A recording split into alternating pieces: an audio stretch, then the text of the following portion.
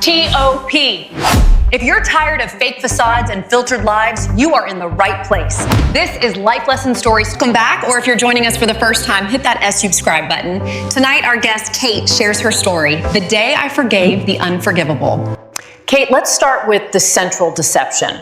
What was the core lie told to you by your husband, David? For 3 years, I grieved Ben. I buried him. David told me he was dead. The truth? Ben was alive. You mourned a living child. Why did David commit such a profound betrayal? The crash wasn't fatal, but doctors found an aggressive cancer. David said he thought the ongoing cancer treatment would destroy me. He organized a fake funeral. How did he manage the body and the legal documents? First, he used his hospital contacts, claimed the body was too damaged for viewing. He handled every signature, every official document, all. Where was Ben for those 3 years? The WeChat. Where was David when you thought he was working? He wasn't working. He was living in a private clinic outside London with Ben. He was his sole caretaker, managing chemotherapy and fighting the cancer alone. The sheer scale of the lie. What was the small mistake that revealed his gigantic secret? No. The exhaustion was the mistake. He was so worn down, he missed one small detail when he returned from a trip 6 months ago. The receipt in his coat? Yes. Not a hotel bill, a receipt for a children's oncology clinic in the Midlands. I saw it. The world stopped. You drove straight there. Describe that desperate, terrifying drive. It was absolute hell. I didn't know if we would make it out alive. I wasn't driving. Something else was controlling the car. I was paralyzed, only seeing Ben's face.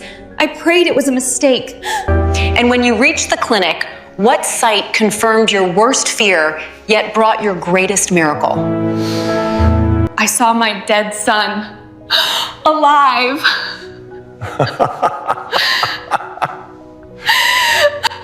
How did you reconcile the joy of seeing him alive with the rage of the betrayal?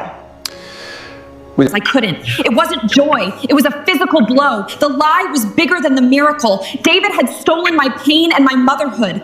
Did you confront David immediately? I collapsed. The doctor rushed out. David saw me. He rushed to me, whispering that he did it for love. I couldn't hear him. The truth is out, but the family is fractured.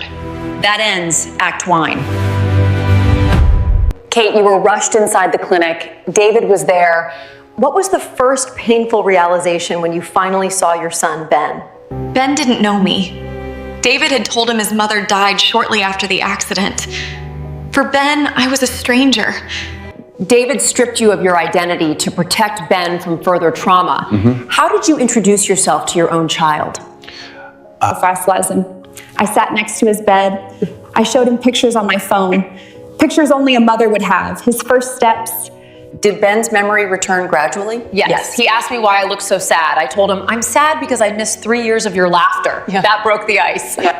While rebuilding your bond with Ben, where was David? And what was your interaction like with him?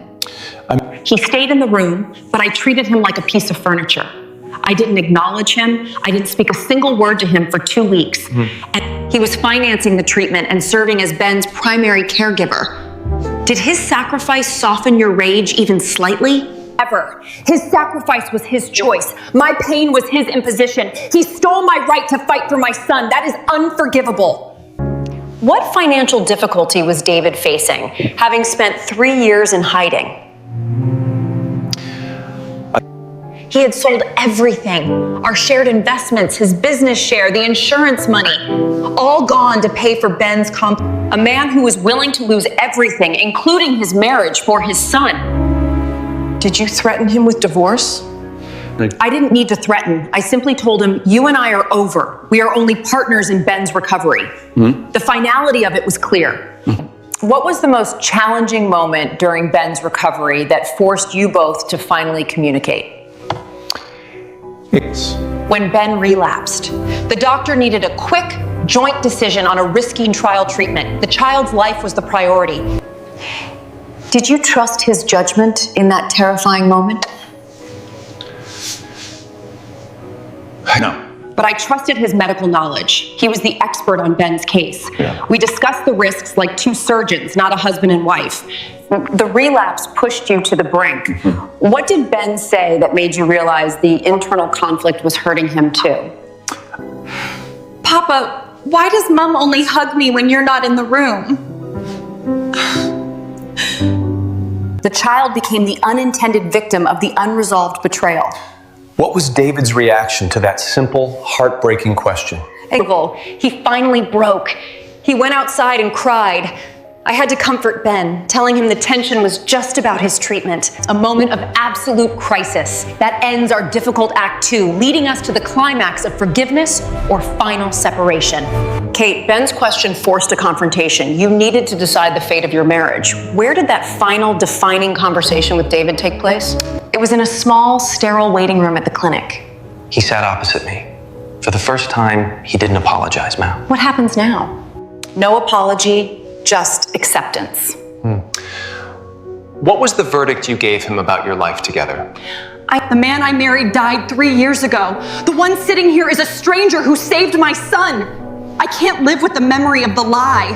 A firm decision. Did David accept the separation, or did he fight for your forgiveness?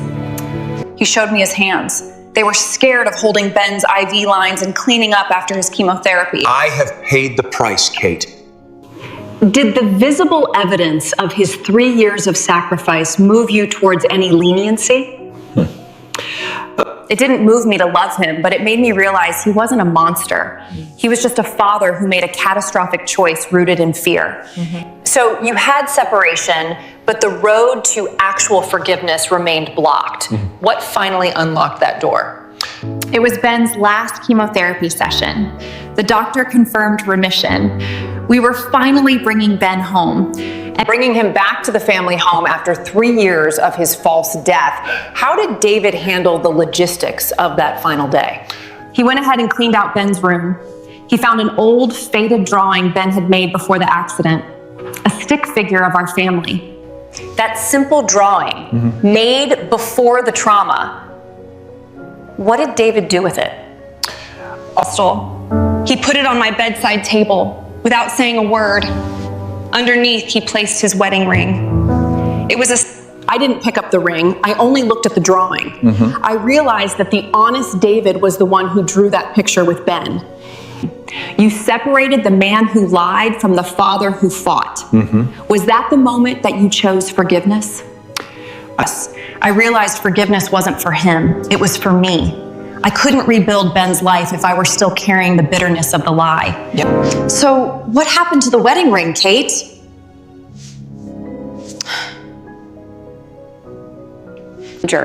I left it there for a week. Then I put it on.